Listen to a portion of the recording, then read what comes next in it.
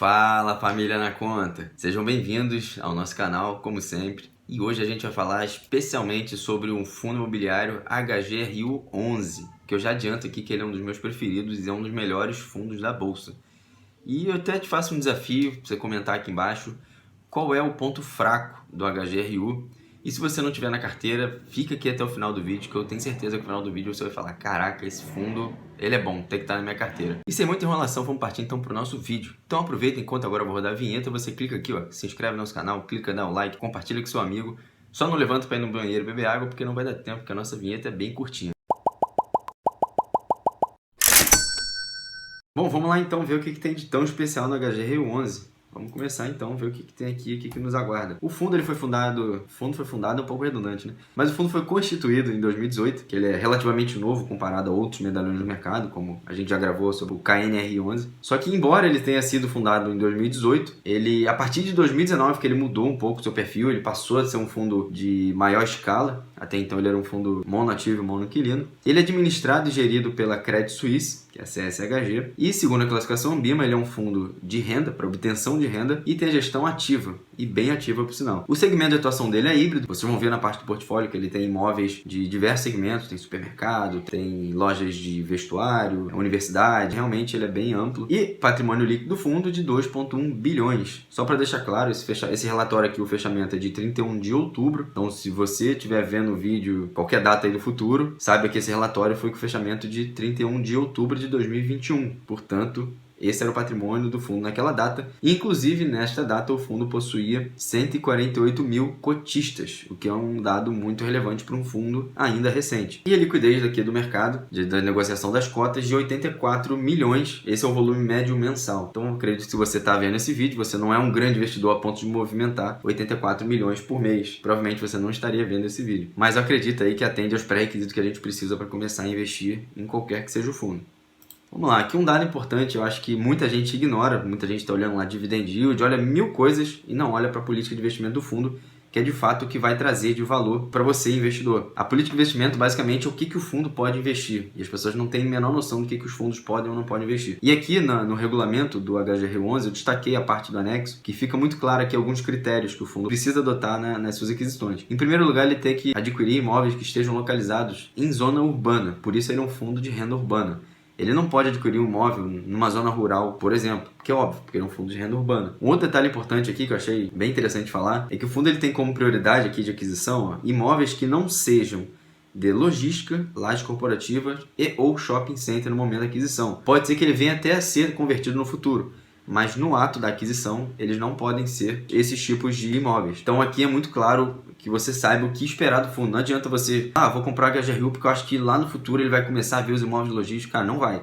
Hoje o regulamento não permite. Pode ser que no futuro os cotistas se reúnam, façam a assembleia e mude o regulamento? Pode, mas hoje não adianta esperar isso do fundo porque ele não vai te entregar isso. Então é importante você saber o que esperar porque, de fato, as ações que o gestor vai tomar é o que vai trazer o retorno ao cotista. Então é importante você saber quais são as regras do fundo. E aqui a gente chega na parte do portfólio que eu acho que é o filé mignon do HGRU11. O fundo hoje ele detém um total de 81 imóveis. É até um dado curioso que você for olhar hoje em vários sites, vai estar lá constando 16 imóveis. Mas a realidade do fundo é o seguinte, ele tinha 15 imóveis até a última emissão. E na última emissão, numa única operação, ele adquiriu 66 imóveis da loja pernambucana.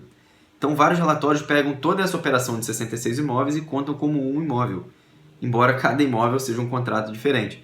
Então, na hora que você soma os 15 que ele tinha com os 66 que foram adquiridos, o fundo hoje tem 81 imóveis. Sendo que, além dessas 66 que ele já tem agora das lojas pernambucanas, ele tinha ainda esses 15 distribuídos entre universidades e imóveis de supermercados, principalmente a rede Big. Sendo que esses imóveis, aqui está mostrando na coluna da esquerda a distribuição deles em relação ao valor dos imóveis, né, a participação no valor patrimonial, e em relação aqui à receita contratada. Você vê que é muito semelhante, né? A receita e o valor de cada imóvel, muito proporcional, né? O que ele gera em relação ao quanto ele vale.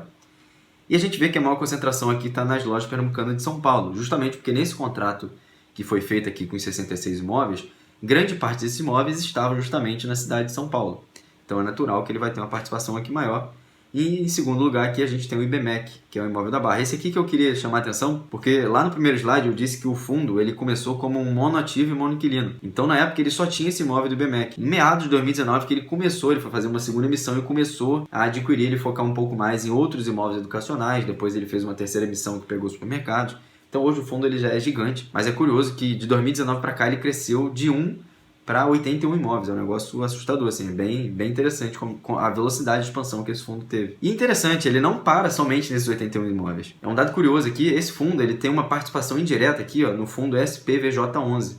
Ele tem 218 milhões, que representa aqui uma participação de 36% nesse fundo. E esse fundo ele tem 11 imóveis da rede Açaí, se eu não me engano tem 2 em construção e 9 em operação. Então são 11 imóveis aqui da rede atacadista Açaí, que são todos de contrato atípico com vencimento até 2039. Então, indiretamente, o fundo ainda tem mais 11 imóveis aqui na sua distribuição aqui, que dilui um pouco a concentração, principalmente nas lojas pernambucanas. E aqui eu vou chamar a atenção para um outro dado, vocês vão entender por que lá na frente.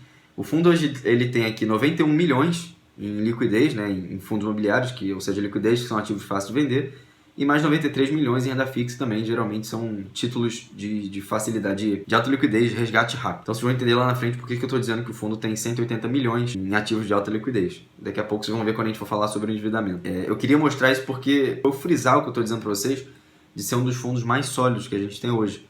Você vê que a vacância dele, que é essa bolona que fica aqui embaixo, ó, ela está zerada dos últimos 12 meses. Mas se você fizer essa projeção para trás, se você for olhar mais longe ainda, ela é zerada por muito tempo. O fundo ele possui um contrato muito forte e quase todos atípicos. E a gente vai ver isso, acredito que na sequência. Primeiro a gente vai falar aqui sobre as receitas. Você vê, essa aqui é a receita potencial do fundo, ou seja, se ele locasse 100% dos imóveis, quanto ele poderia ter.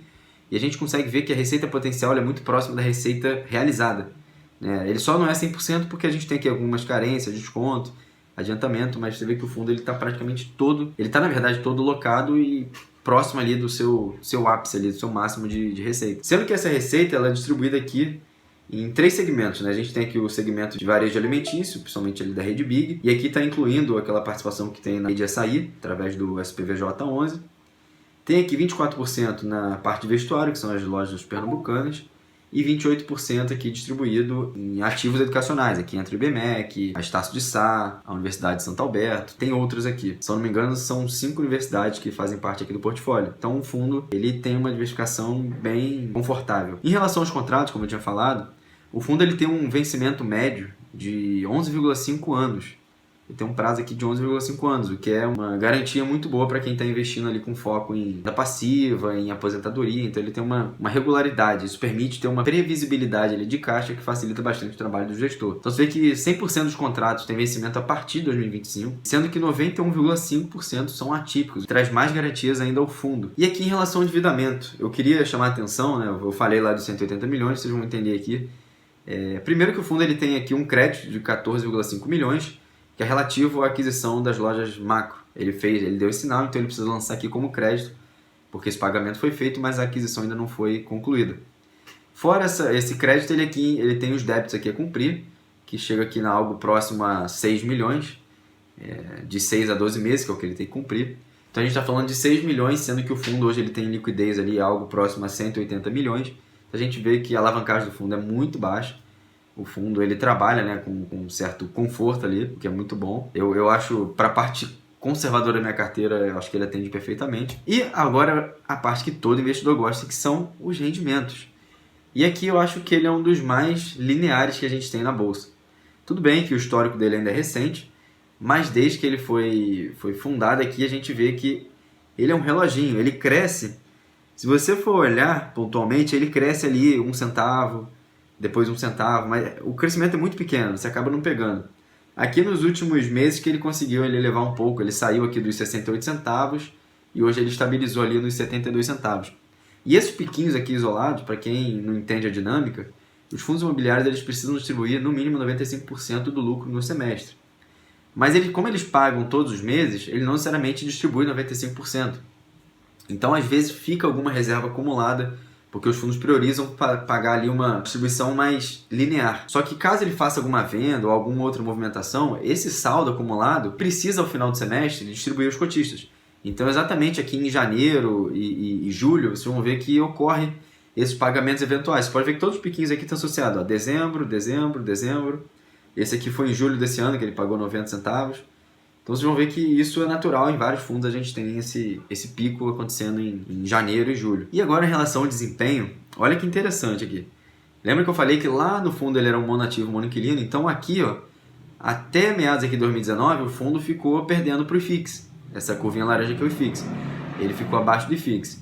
A partir do momento que ele mudou a sua proposta, que ele mudou a sua dinâmica, que fez a segunda emissão, o fundo começou a ter outro comportamento. Ele passou a deixar o IFIX para trás. E desde então, ele deixou o IFIX para trás, deixou na saudade. Então ele só continuou crescendo, só aumentou ali o seu portfólio, sua base de cotistas. Então acabou que deixou o IFIX aqui na saudade, aqui no chinelo. E pra gente fechar, galera, aqui uma dinâmica que eu gosto de fazer. Isso aqui não é recomendação de compra, não tô falando pra você, ó, é 5 estrelas, pode comprar, fecha o olho e compra. O que eu tô querendo mostrar foi a conclusão que me levou a escolher esse fundo, que eu gosto dele, tem na minha carteira. Vou mostrar pra vocês o que eu pensei, por que eu cheguei nisso, e eu acho que é legal vocês pegarem um racional pra vocês fazerem a sua própria crítica. E aqui eu meio que coloquei uma estrelinha em alguns tópicos aqui que eu acho muito válido para você analisar em um fundo. Então, primeiro, a qualidade dos imóveis, a gente viu que são imóveis bem localizados, são todos em locais que têm um potencial de valorização muito grande, a gente está falando de renda urbana, né, dentro dos centros urbanos, e além disso são imóveis conversíveis. Por exemplo, imóvel de supermercado, ele não é refém de inquilinos de supermercado. Se amanhã a Rede Big desocupar um imóvel, aquele tipo de imóvel ele pode ser locado para um galpão, para uma locadora de veículo, para uma universidade. São imóveis que têm uma versatilidade muito interessante. Então são bons imóveis e versáteis. Então aqui é um ponto, eu botei uma estrelinha cheia por conta disso. A qualidade da gestão também é um fundo que ele, para o que eu quero desse fundo, a proposta conservadora, é a gestão, ela é muito ativa, ao mesmo tempo pé no chão, ele trabalha com pouca alavancagem, faz boas aquisições, bons contratos. Então eu acredito que eu também dei um ponto aqui de estrelinha cheia para a qualidade de gestão, me agrada bastante. Diversificação nem se fala, é um fundo que, como ele ainda está em expansão muito agressiva, então você pode falar, ele é diversificado, mas ele tem uma concentração muito grande ali nas lojas pernambucanas. De fato é, mas antes das lojas pernambucanas entrarem no contrato, ele tinha uma concentração grande na Rede Big. Então agora ele vai entrar mais 10 lojas da Macro e vai diminuir essa participação nas lojas pernambucanas. Então é uma dinâmica natural e conforme o fundo for crescendo ele vai diluir.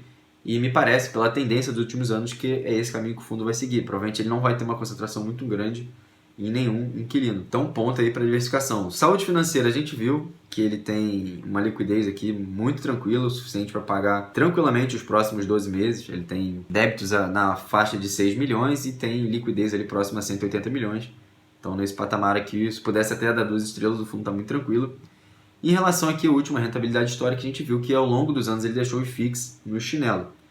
Então, aqui, mais um fundo 5 estrelas, que é um dos fundos que está na minha carteira. Reforçando aqui mais uma vez, galera, não é dica, não compre o que eu estou falando, porque se amanhã eu vender, você não vai ter a menor noção por que eu estou fazendo isso. E, por favor, comenta aqui embaixo se você tem um fundo, se você ficou com alguma dúvida, o que você acha que tem ponto fraco aqui nesse fundo, porque eu vou te responder para ficar tranquilo. E eu quero que vocês tragam crítica para eu também ter mais uma análise, para fazer um vídeo e falar, pô, realmente, ó, o fulaninho aqui falou aqui, cara, é um ponto fraco. Então, galera, muito obrigado pela sua atenção. Deixa aqui o seu like, clica aqui, ó, salva esse vídeo, compartilha com seu amigo. Então, até a próxima. E deixa aqui nos comentários qual outro fundo que vocês gostariam que eu fizesse um vídeo aqui falando sobre. Beleza? Um abraço, até a próxima.